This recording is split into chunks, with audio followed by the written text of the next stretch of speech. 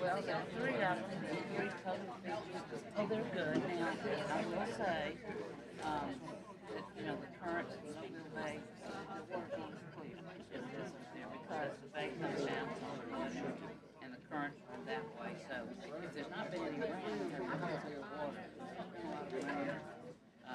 So it's good for fishing, but it's just not. I love it. I mean, I get in it, and there's a sandbar right outside my condo, so it's kind of protected in the front. It's a quirky island. It's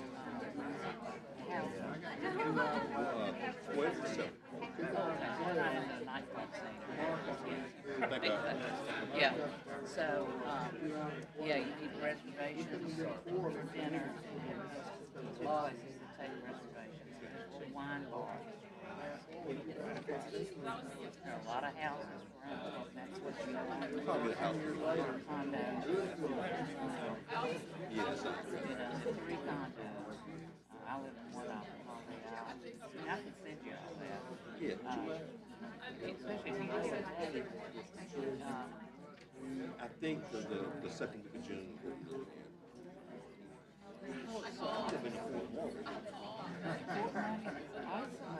Don't put one restaurant tacky tax.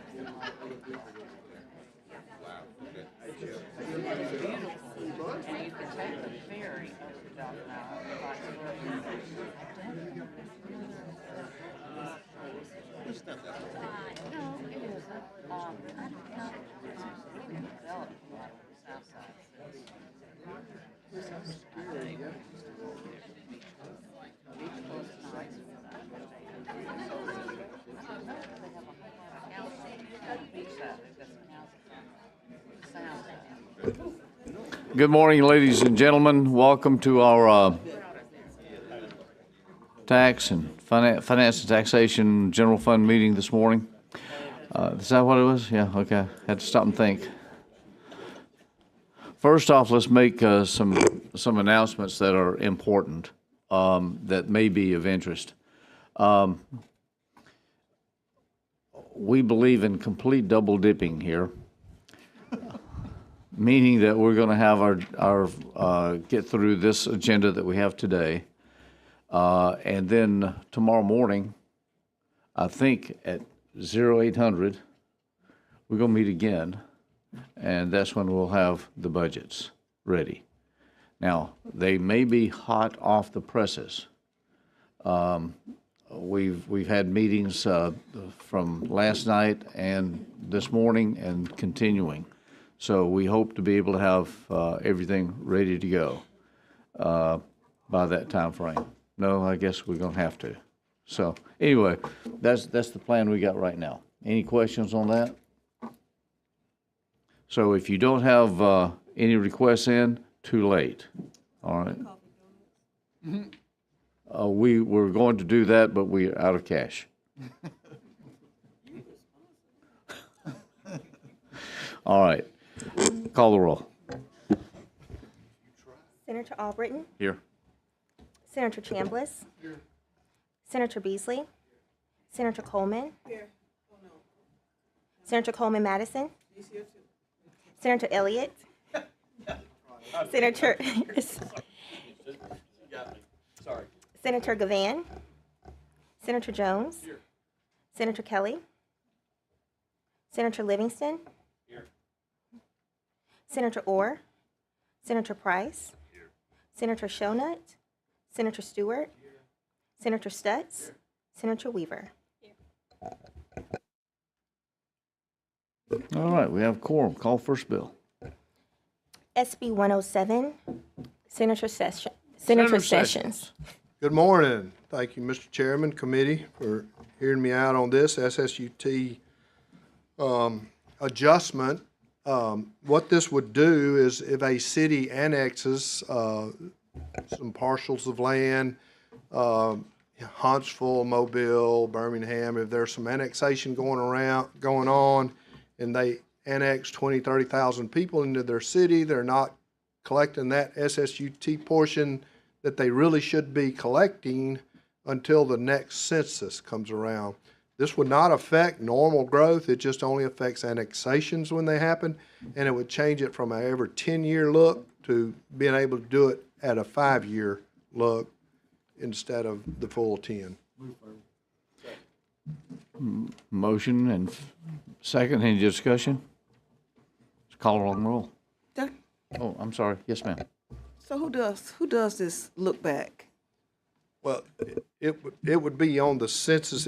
You would know, instead of waiting until the 10-year census, at the 5-year middle, you would know if you annexed a portion, of a substantial amount of population. And it would, basically every year or 2 years, you're getting kind of census reports. So the Census Department will report to the state, or does the state? Beth, how is that gonna work? Department of Revenue. Department of Revenue would have that information. It would be And able who to do they supply get their information from? the cities. The Okay. city itself would be All right, notifying of the annexation and the amount of population. in thank it. you. Any other questions? Senator Gavan. So, forgive me because I'm just parachuting in here and hadn't been a chance to study this yet. So, a city makes major ground or continues to annex. Now they're annexing cotton fields, cornfields, and then 2 years later, there's thousands of people there. Are these getting enrolled here, or are you just talking about more of a situation like you had in Mobile, where there was an annexation of a lot of people that were just right outside the city limits? I don't feel that this would really affect natural growth and expansion. I think it's going to affect the annexed portion of the population at that time, or either at that 5-year period. I mean, I could see where if it was annexed in and you had a huge amount of growth before that 5th year, that would be counted, could be counted. But I'm not 100% sure of the wording on it, but we could find out. Any other questions? Let's call on roll. Senator Albright. Aye. Senator Chambliss. Aye. Senator Beasley. Aye. Senator Coleman. Senator Coleman Madison. Senator Elliott. Senator Gavan. Senator Jones. Senator Kelly. Senator Livingston. Senator Orr. Senator Price. Senator Shonut. Senator Stewart. Senator Stutz.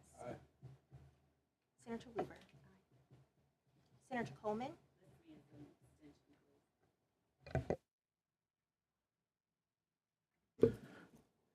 14 to 1 abstention. Bill's been given a favorable report. Representative Clouse, you're next up, but if I could, would you mind if we let Representative Hill come next? He says he's more important than you. I don't know. Let's call up 353 if we may. I said that correctly, didn't I, Judge? May I comment on that privately later? Thank you. Thank you, Senator. Look, ladies and gentlemen, traditionally we have set the district attorney, we have 41 district attorneys in the state. We've set them traditionally at the same rate, starting rate that we do starting judges. That's what this bill does. And then it allows that rate to increase as it does in the normal course of things.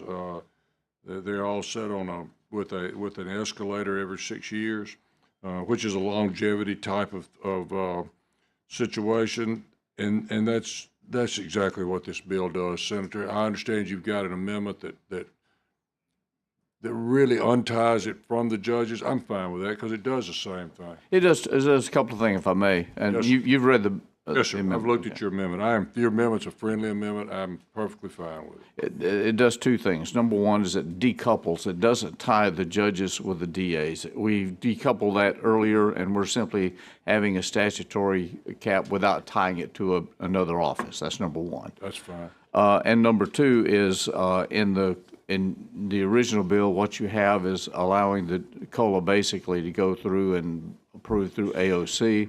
That's going to be placed back to the legislature, basically, is what the changes does. And again, like I said, Senator, that is fine. I have no problem with that whatsoever. With that, then, I would offer the amendment. Any questions on the amendment? We have a motion and a second. Any objections to previous roll? No objections? Yes, sir. I have a good question. So exactly how much, it's not coupled to any judges, what will the base pay? 140,000. 140,000. Okay. That would be the base starting, and then this, every 6-year increase of whatever percent's in the bill, was it 7%? What was the percent I increase? think it's 7.5, Senator. I believe it's 7.5, but I'm not positive. It's commensurate with what the judges are. Yeah. Yeah. Yeah. All right. Okay, thank you. All right. So yes, Senator.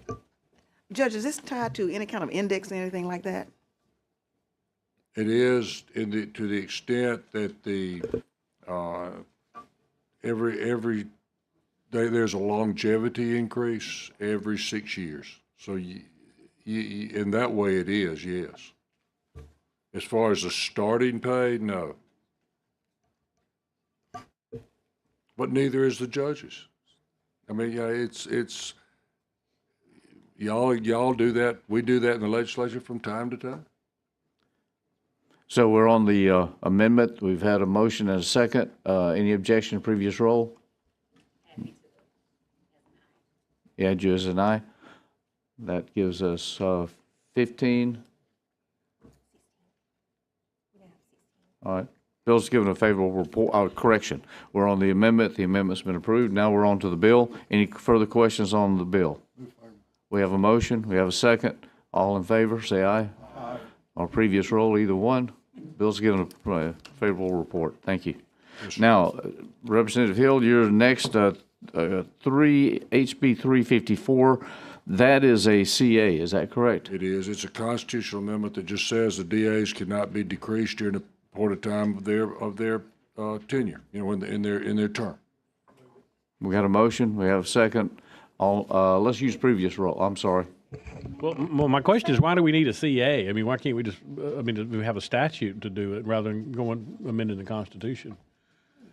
I have absolutely no answer for that one. It was felt by LSA, I think. Yeah. LSA thought that it would, and also the DAs felt that this is a better protection. Yeah.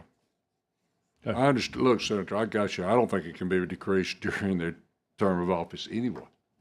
But that's I don't either. We made that argument, but we'll let the people decide again on this too. So yes, sir. I got you. Yes, sir. Yeah. There's always a risk. Always a risk. Senator, have their salaries ever been decreased while they were in office? I mean, why are we passing a law about something that's never happened and even putting it in? Senator, I would suggest that in Alabama's history, at least political history, I'm sure that has occurred. But nobody here knows it for sure that it ever did. We're going to put it in the Constitution. Okay, just asking. Well, it'll be up to the people as to whether it goes on the Constitution. So, true. Any other discussion?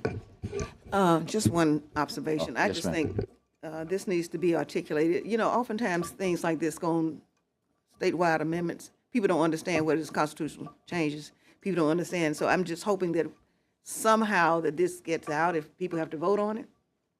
Yes, ma'am. Mm-hmm. I got you. And I hope it's explained adequately in the preamble thing that goes on the ballot when individuals look at it. Ms. Chair, thank you. Yes. I did just want to mention and respond to the gentleman's question Because I too am one that, you know, when I see a piece of legislation and it's a problem that we haven't had, I have an issue with it. But I've also seen a piece of legislation this session that impacts some folks back in Jefferson, because I got a call about it yesterday, where there is a fear that the current elected officials will be impacted because of the effective date of the bill. Effective date is October 1, 2025, and I don't know I got to look and see what the effective date of this one is. I believe it's the same, ma'am. And so October 1, 2025, so the current elected officials, although in 2027, with this new crew, there will be a new pay scale. The old folks are like, how does this impact me right now? Is this going to decrease my pay that I have right now? Because this new piece of legislation has specific numbers in it for salary when it's not like that currently. So Those issues, I think, were discussed, and I think the DAs have gone through this with a very fine-tooth comb, and because of the elections that have occurred and the elections that will occur, have been taken under consideration. Trish, are you out there? She is here. Yeah. And I always Is that a fair I'm- statement? I'm carrying this because the DA's asked me to, and I'm perfectly happy to do it, and I feel confident that they've looked at it and would not be in favor of this if it were hurting them. Got all the confidence in the world they won't do that. If there was a problem, I'm sure we'd have some here. Yes, sir. Okay. Any other questions, comments? Any objection to previous roll? Let's take a long roll. Senator Albritton? Aye. Senator Chambliss? Aye. Senator Beasley? Senator Coleman? Senator Coleman Madison? Aye. Senator Elliott? Senator Gavan? Senator Jones? Senator Kelly? Senator Livingston? Senator Orr? Senator Price? Senator Shonut? Senator Stewart? Senator Stutz? Senator Weaver?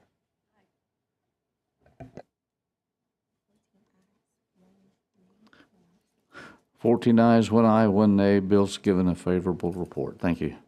Thank you, Mr. Chairman. I appreciate it. Thank you. Appreciate it. Representative Clouse. Call the next bill. HB 158, Representative Clouse. Thank you, Mr. Chairman. Committee members, this is a bill that you had last year. It's just simply a procedure to give state employees and retired state employees a cost of living increase by just identifying in the budget every year with the amount of money in a line item for it to go forward each and every year. And I think that Chairman Albritton has a friendly amendment.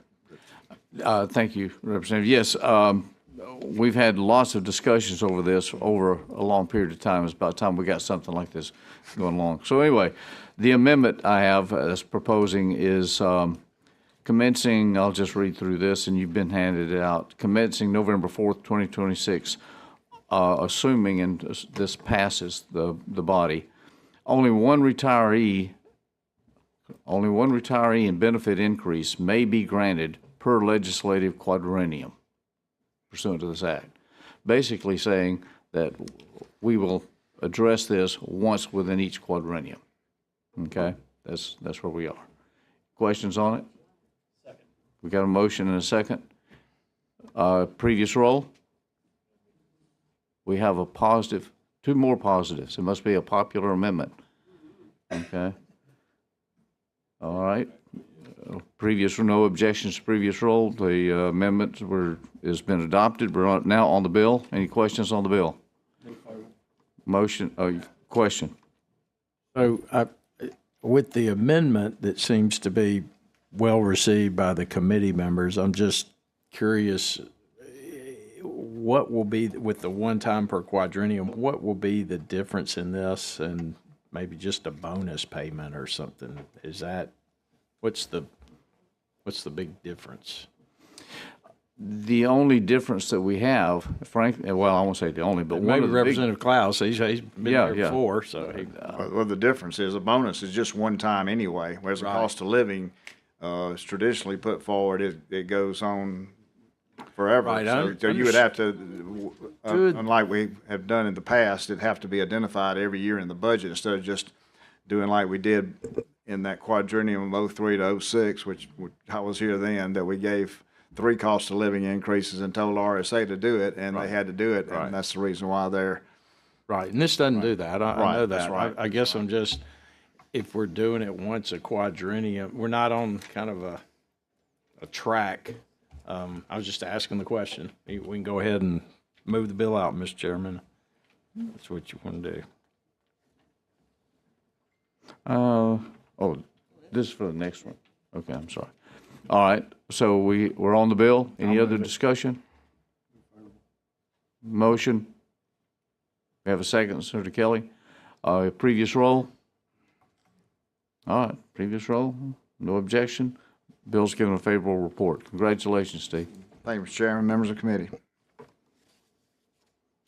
Call the next bill. HB 357, Representative Hollis.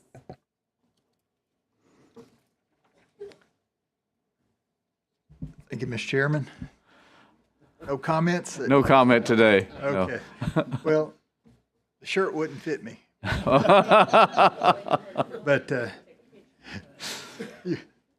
But this bill we had a public hearing on last week. This talks about, obviously, we talked about last week, best choice is obviously quitting smoking, but this gives them an alternative that's less risky. And I think the FDA recognizes that these are modified risk tobacco products. And this bill just reclassifies this and makes sure that it's regulated, taxed at a risk-related rate. And that's one of the things that we've talked about in the past too, that it's why it's not taxed at a tobacco rate, that it's at a lower rate because it's lower risk and it's less risk to healthcare and other costs through Medicare costs and Medicaid costs and things like that. Now, last week we had a public hearing on it, and we also added an amendment to it so everyone would be able to read what was there. Everyone, I assume, had that opportunity now. Now, I have another amendment I've just been handed. Coleman Madison, Senator, you want to explain what your amendment is? Basically, this, and I requested the rates. I'll pass this around if anybody want to see it, because I wasn't quite understanding how we tax tobacco products. And I understand that there are varying rates, and because this is lesser nicotine and carcinogens, so this is the rate based on what is here. Looking at a pack of cigarettes, I'll pass it around if y'all want to see it. So this establishes the rate per single-use consumable. In essence, if I understand you correctly, then you're taking, in the current bill, the taxation rate is lower than typical tobacco product, right? Well, not necessarily typical lower than tobacco products, because tobacco products is kind of all over the board with different rates. That took the fact that half of the cigarette, and so it takes into account of that. And this is But this would increase the rate. oh yeah, well, we're not Increase getting the anything right now, so yeah. Okay. So this, I haven't seen this amendment, so this amendment would increase the rate, is that what you're? That is correct. Not Consumer shall be .03375 per single-use consumable. Do you know how much that would increase it by, Senator? That's what I'm thinking. That's, I think, the intent is. Senator Jones? Yeah, I've got a question. Senator Melson, I remember hearing something, and maybe you can enlighten me, that we already, under this bill, we already have the highest tax rate of any surrounding state. Is that correct? That's my understanding. And this amendment would make it even higher, basically? I would assume she wouldn't offer an amendment to make it lower. Right. So, yeah, I can't support that amendment. Thank you. Thank you. Ms. Chair, Yes, ma'am. thank you. Just for clarity's sake, in the amendment currently, what is the tax rate going to be? And then what is what would be the net impact of the amendment? I want to be able to vote intelligently on the amendment. Mr. Chairman, basically, here it says pack of cigarettes, 20 is 67.5% cents. And this one is 0.3375 per single use. So it's kind of half of what the current rate is. So it's really not an increase. It takes into consideration, I'll pass that so people on that side can see it. Well, that's making a comparison, I think, from what cigarettes are, and trying to, I guess what you're trying to do from this. This puts it at the same rate as cigarettes, cigarettes. is what I was just informed. Okay. And I think that it's less than half the risk according to research, and I don't know why we wouldn't want to encourage a alternative that causes less health risks, such as cancer and cuts down on your carcinogens through the heat process. And we can deal with this however, Mr. Chairman, you want to handle it. I would like to see the amendment not added, but Well, we have the amendment presented by Senator Coleman Madison. What's the body's? Do we have a second or a motion? Okay. All right. All in favor of tabling, say aye. Aye. Amendment's tabled. We're now on the bill as previously amended. Any other further questions? I'm sorry, we have a question. Senator, currently, without passage of this bill, this means that this product is unregulated. Is that correct? currently, yes, there's no regulation for this. And again, I'm looking over to Is it on the market? to the person who represents the company, and because I'm not familiar with all that like I have. Gotcha. And I'm But it's not- not. If you would like to ask them questions, I would be grateful to. but Not no. trying to put you on the spot, but just my you're good. thought process is if it's unregulated, passage of this bill regulates it, which would prevent sale to minors. Right Correct. now, minors could purchase this. I do couldn't not know even that know. actually. So we're hearing no, but that they can't, What would prevent a minor from purchasing it now? depends on which C-store he went to. It is a tobacco, heated tobacco to help people get off of cigarettes. And it's sold in a boutique somewhat. And once an individual goes in, and the first thing that they ask is, are you a smoker? If you say no, they do not sell to you. If you say yes, then they sell to you the device that goes along with it, which is a third of a cigarette. And then you also is provided a healthcare provider that touch bases with you to see how you're doing as this help you ease off of cigarettes. It's been passed in Mississippi and in Virginia. So if a minor is a smoker, they would be able to get it through that process. They're not going to sell to a minor. Okay. And that's their current business model. She's correct in that that's what they want to do, is have a representative talk you through the process on how you make this educated decision to go to the less risk product for now. Thank you. When this industry booms, who knows? But yes, that's the plan. Any other explanations or discussions? I think we have a motion. We have a motion. We have a second. Second, Senator Kelly. Previous roll? No objection? Oh, long roll? All right, let's take a long roll. Senator Albritton? Aye.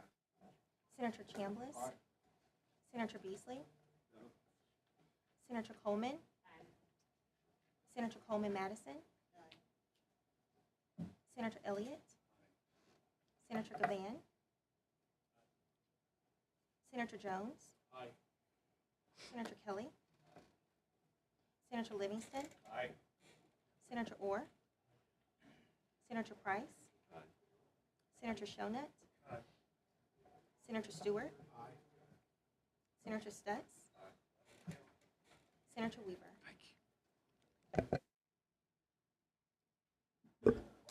14-2, bill's given a favorable. Thank you. Thank you, Mr. Thank Chairman. you. Let's call the next bill. HB 181, Appreciate you. Representative Underwood. Representative Underwood here? Huh.